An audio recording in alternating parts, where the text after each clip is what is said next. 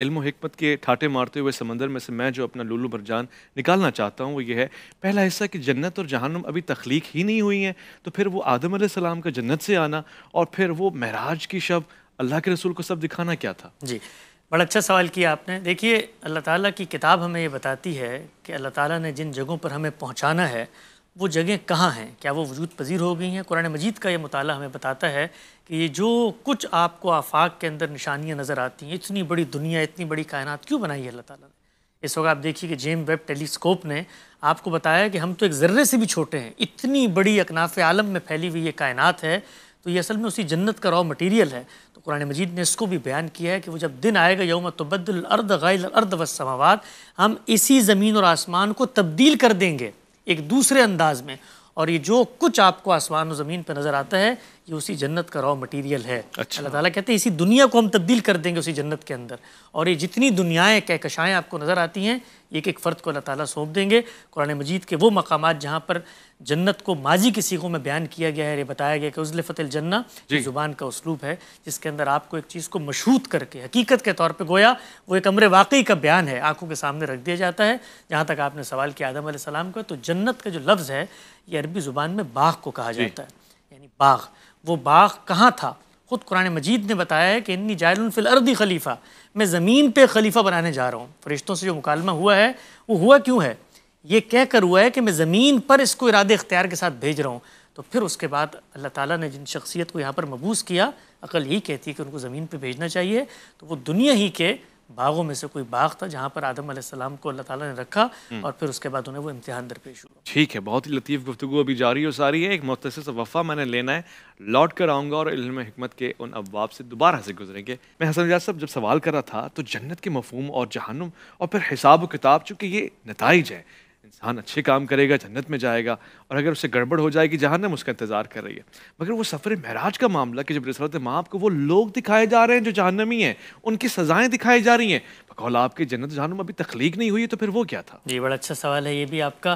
دیکھیے، رسالت مآب صلی اللہ علیہ وسلم کو اللہ تعالیٰ نے بہت سارے ایسے مشاہدات کروائے ہیں جن کے ذریعے پیغمبر کے ایمان میں بھی اضافہ ہوا، کیونکہ پیغمبر اصل میں شہادت کی جگہ پہ کھڑا ہوتا ہے۔ پیغمبر نبی ہوتا ہے۔ نبی کسے کہتے ہیں؟ وہ جو ایک بڑی خبر لے کے آتا ہے۔ تو خبر کی تائید، خبر کی تصدیق، خبر کے بارے میں اذعان، ایقان، تیقن پیدا کرنا، اللہ تعالیٰ پیغمبروں کے ساتھ یہ معاملہ کرتے ہیں۔ یہ حالت بیداری میں بھی ہوتا ہے اور حالت رویا میں بھی ہوتا ہے، خواب میں بھی ہوتا ہے۔ بیداری میں بھی خود قرآن مجید نے بتایا ہے دو مقامات پہ کہ اللہ تعالیٰ نے جبریل کا آپ کو مشاہدہ کروایا ہے، سورہ نجم کے اندر بھی ذکر ہوا ہے۔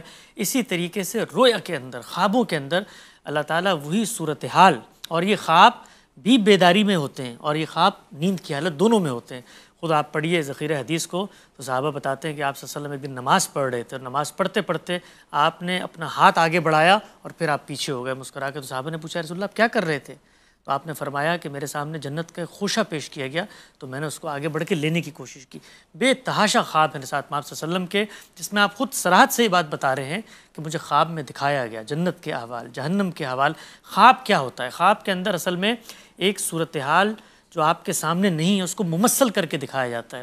تو آپ کو جنت کے بارے میں بھی مختلف خواب دکھائے گئے، جہنم کے بارے میں بھی مختلف خواب دکھائے گئے، اور جس واقعہ معراج کا آپ نے ذکر کیا، اسراء و معراج، قرآن مجید نے خود صراحت کر دی ہے کہ یہ خواب کا واقعہ تھا۔ آخر میں بتایا ہے کہ رویا کے اندر ہم نے یہ کام کیا تھا، اور بڑا دل نواز، بڑا شاندار رویا ہے کہ بنی اسرائیل اس سے پہلے جو استفاء اور تولیت کی جگہ پر فائز تھے دنیا میں، ان سے یہ مرتبہ لے کر بنی اسماعیل کو دیا جا رہا ہے، لہٰذا مسجد اقصیٰ لے جایا گیا علامتی طور پہ خواب میں، اور پھر یہ سبق دیا گیا کہ اب وہ ذمہ داری تمہارے سپرد کی جا رہی ہے۔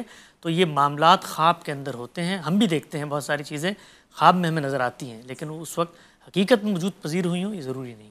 اچھا، یعنی رسالت مآب صلی اللہ علیہ وآلہ وسلم کا وہ خواب دیکھنا گویا ان کو مشاہدہ کروانا ہے جنت اور جہنم کے احوال کا اور مستقبل کا، یعنی یہ ماضی سے جڑی ہوئی کوئی چیز نہیں ہے بلکہ مستقبل میں ایک سمبولک انداز اپنایا گیا، ایسے ہی؟ بالکل ایسا ہی، اس لیے آپ دیکھیں نا کہ جزا و سزا کا بھی عمل تو ہونا ہے۔ قرآن مجید کہتا ہے کہ سور پھونکا جائے گا، اس کے بعد لوگ جمع ہوں گے، پھر اعمال پیش کیے جائیں گے، اس کے بعد لوگوں کے پاس اگر کوئی عذر ہوگا تو وہ پیش کیا جائے گا، اس کے بعد انبیاء کو پوچھا جائے گا کہ آپ کوئی سفارش، کوئی شفاعت کرنا چاہتے ہیں۔ سارے مراحل ابھی ہونے ہیں، یہ ہونے ہیں، اس کے بعد ایک معاملہ ہے جو اللہ تعالیٰ کرتے ہیں۔ اللہ تعالیٰ کی آپ اسکیم دیکھیں، ہر چیز میں آپ کو ایک تدریج نظر آئے گی، ایک ٹھہراؤ نظر آئے گا۔ ایسا نہیں ہوتا کہ دنیا کے اندر بھی سارے معاملات انہوں نے ایک ساتھ کر دیے. خود دنیا کے اندر تغیر و تبدل میں ارب ہاں سال لگے ہیں.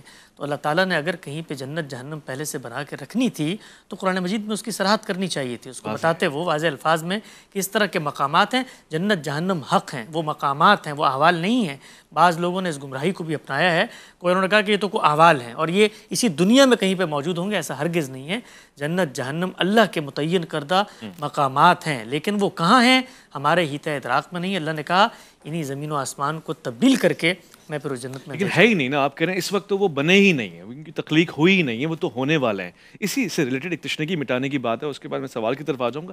وہ شہداء، وہ احباب، مثال کے طور پہ بدری لوگ یا کچھ ایسے لوگ جیسے جعفر طیار، آپ پہ ہمارا سلام، آپ کے لیے کہہ دیا کہ جنت میں پرواز کر رہے ہیں، تو وہ لوگ کہاں ہیں اگر جنت ہی نہیں ہے تو؟ یہ دیکھیے زبان کے بہت سارے اسالیب کو بالعموم ہم سمجھتے نہیں ہیں.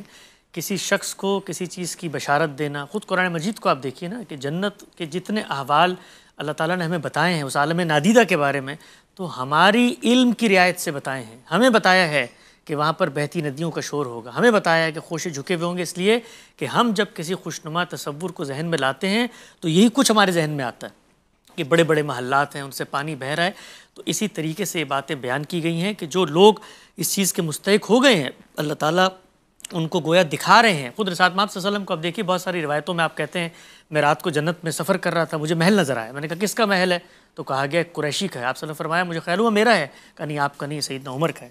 اور پھر رسول اللہ صلی اللہ علیہ وسلم فرماتے ہیں کہ وہاں سے نکل آیا اور صبح آپ نے سیدنا عمر کو یہ خواب سنایا کہ عمر رات کو میں نے دیکھا تھا لیکن میں تمہارے محل میں داخل نہیں ہوا کیونکہ مجھے غیرت آئی تم سے. تو سیدنا عمر رو پڑے اور کہا یا رسول اللہ میں آپ پر غیرت کھاؤں گا. اس طرح سیدنا بلال کے بارے میں مختلف خواب آپ صلی اللہ علیہ وسلم نے بتایا کہ میں نے رات بلال تمہاری جنت میں تمہارے قدموں کی چاپ سنی. اب بلال زندہ ہیں، بلال روئے زمین پہ موجود ہیں، بلال حیات ہیں. خود آپ صلی اللہ علیہ وسلم بلال کو یہ بات بتا رہے ہیں کہ جنت میں تمہارے قدموں کی چاپ سنی، بتاؤ کیا اعمال کرتے ہو؟ تو انہوں نے بتایا کہ جی میں وضو کے اندر میرا یہ معاملہ رہتا ہے. تو یہ ساری چیزیں بشارت کی چیزیں ہوتی ہیں. خود ان لوگوں کے بارے میں جن کو عشرہ مبشرہ کہا جاتا ہے اللہ کے پیغمبر نے اسی اصول پہ بشارت دی کہ بالکل واضح معاملہ ہے ان کا. تو یہ سب چیزیں جب بیان کی جاتی ہیں تو یہی کہہ کر بیان کی جاتی ہیں کہ یہ گویا امر واقعی کا بیان ہے، مشہود کر دیا جاتا ہے آپ کے سامنے آنے والی صورتحال کو.